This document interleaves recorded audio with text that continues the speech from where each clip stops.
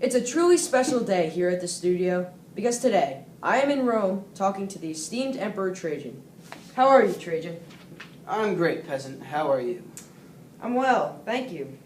Now, I know your time here is limited, so I'll cut right to the chase. So, Trajan, I hear that you are not of the royal family of Rome, yes? Correct.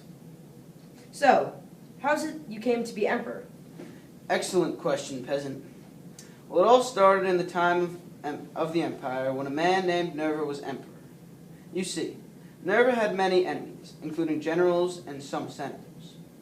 And with no rightful heir, if a successful assassination was performed, the empire would fall into a state of chaos. So he adopted me, at 40 years old. A bit old for adoption, per se. But how could I refuse? He was the emperor, you know, and I was just a military commander.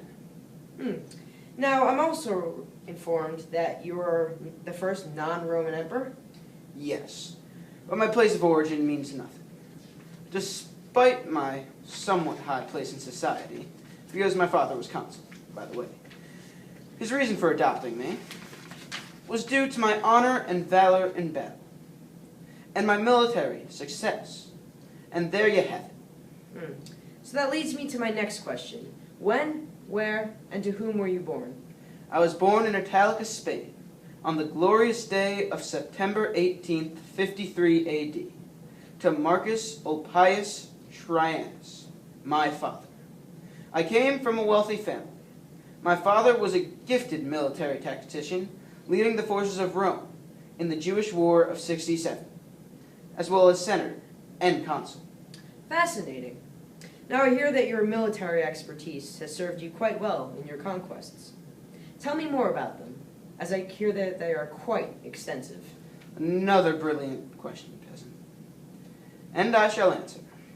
During my reign, I had two major campaigns. They were in Parthia and Dacia. The Dacia campaign consisted of two wars.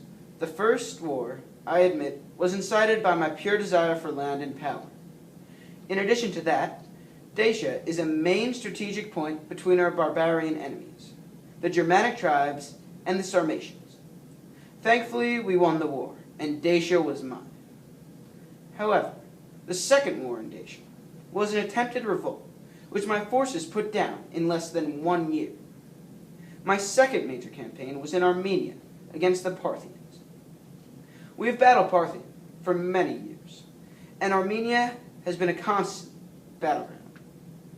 I knew we had to take Armenia, so I led my forces there, and since Armenia could not be easily defended,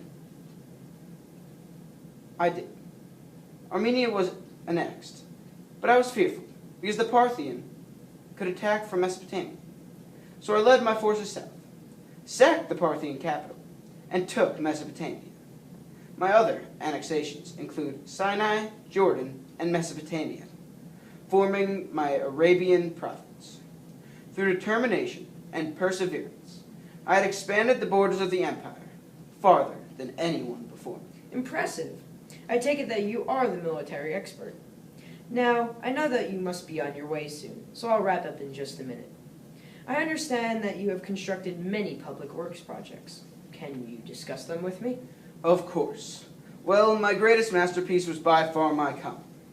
It was erected to commemorate my victories at Dacia. It stands over 30 meters high. On it illustrates my victories at Dacia.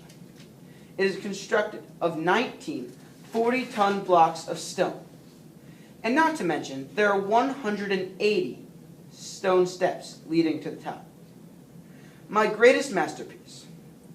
Well, my other works include my market and my forum.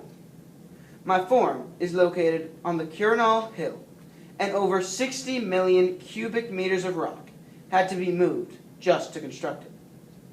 I built it not only to commemorate my Parthian victory, but to serve as a new marketplace for the Roman people. And lastly was my market, a true sight to lay eyes on. It consisted of a large semicircle building that is 3 stories high. Above is a large vaulted hall, allowing for all the citizens to see the luxurious goods for sale.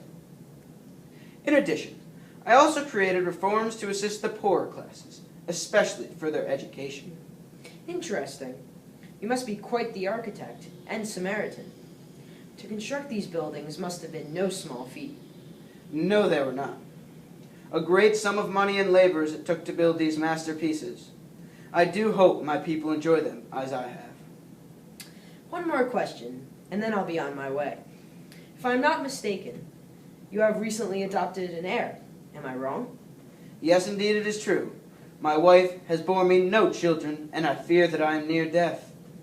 Yes, I have adopted Hadrian, the son of one of my dear cousins. I trust that he will be a just and merciful ruler, just as I was. I know he will do well. And with that, I conclude. Thank you, Trajan, for your time, and I wish you luck with the rest of your reign. I hope it is long and prosperous. Thank you.